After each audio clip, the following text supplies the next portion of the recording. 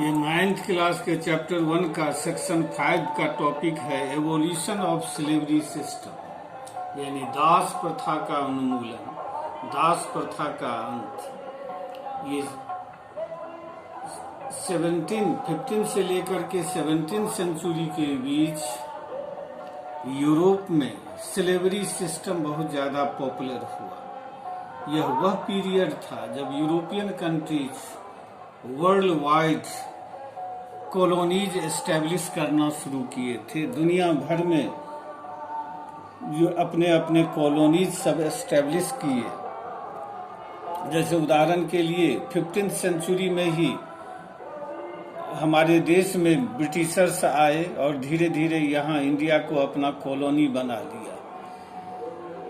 ये इन कॉलोनीज में बहुत सारे कॉलोनीज ऐसे थे जिन कॉलोनीज में लोग बहुत कम रहते थे, लेकिन नेचुरल रिसोर्सेज बहुत ज़्यादा थे। इन नेचुरल रिसोर्सेज को एक्सप्लॉइट करने के लिए, इन नेचुरल रिसोर्सेज का अपने बेनिफिट के लिए यूज करने के लिए ज़्यादा से ज़्यादा वर्कर की, लेबरर की ज़रूरत थी। और लेकिन यूरोपियन कंट्रीज इन देशों में जाकर के काम नहीं करना चाहते थे। इसकी जरूरत ऐसे लेबरर की आवश्यकता को पूरा करने के लिए यूरोप, अफ्रीका और कैरेबियन आइलैंड के बीच एक ट्रायंगुलर ट्रेड जो है सो शुरू हुआ। ये ट्रेड स्लेव ट्रेड था, दासों का व्यापार था।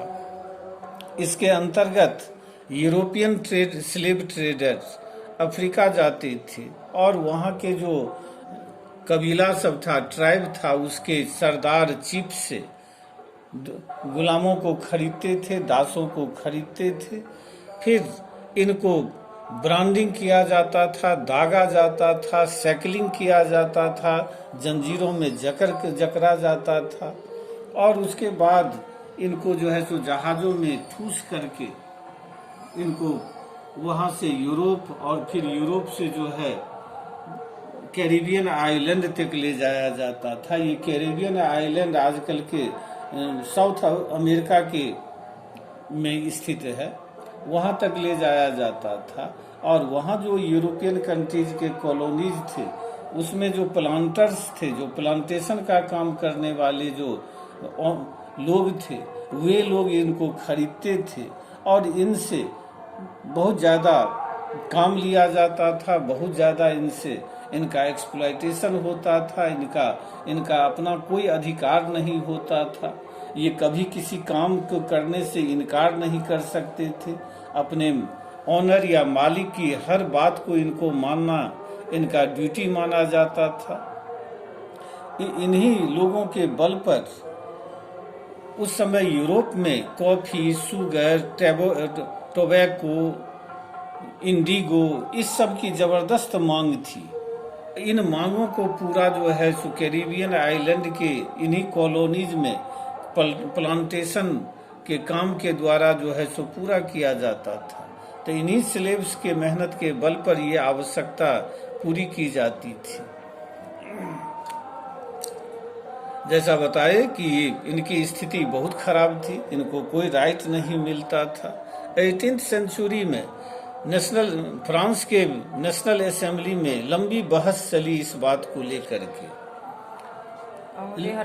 लेकिन नेशनल असेंबली कोई डिसीजन नहीं ले पाया, क्योंकि 18th सेंचुरी में फ्रेंच सोसाइटी, बल्कि यूरोपियन सोसाइटी में स्लेवरी सिस्टम को लीगल, कानूनी रूप से सही और नेचुरल माना जाता था, प्राकृतिक माना जाता था। तो इसीलिए कोई निर्णय नहीं लिया गया।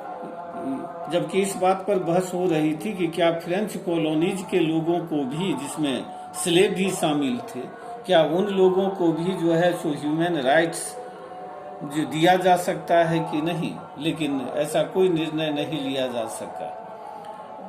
1794 में जैकोबिन क्लब के समय में फ्रांस का नेशनल असेंबली, जिसका नाम बदल करके कन्वेंशन हो गया था, उसने कानून बना करके फ्रेंच कॉलोनीज में रहने वाले सारे लोगों को, जिसमें स्लेव भी शामिल थे, उनको आज़ादी दे दी गई और इस प्रकार उनको खुद लगभग 10 सालों के लिए ये आज़ादी मिली, लेकिन 1804 में नेपोलियन बोनापार्ट ने फिर से ये स्लेवरी को लागू कर दिया, और लेकिन अंततः 1848 में जो है सो फ्रेंच नेशनल असेंबली ने पूरी तरह से स्लेवरी सिस्टम को जो है सो एबोलिश कर दिया। इस प्रकार स्लेवरी सिस्टम का एबोलिशन हुआ फ्रांस में 1848 में। फ्रेंच कॉलोनीज जो कैरिबियन आइलैंड में थे उनके नाम थे जैसे मार्टिनिक, सेंट डोमिंगो और गुंडेलॉफ। हो गेलै?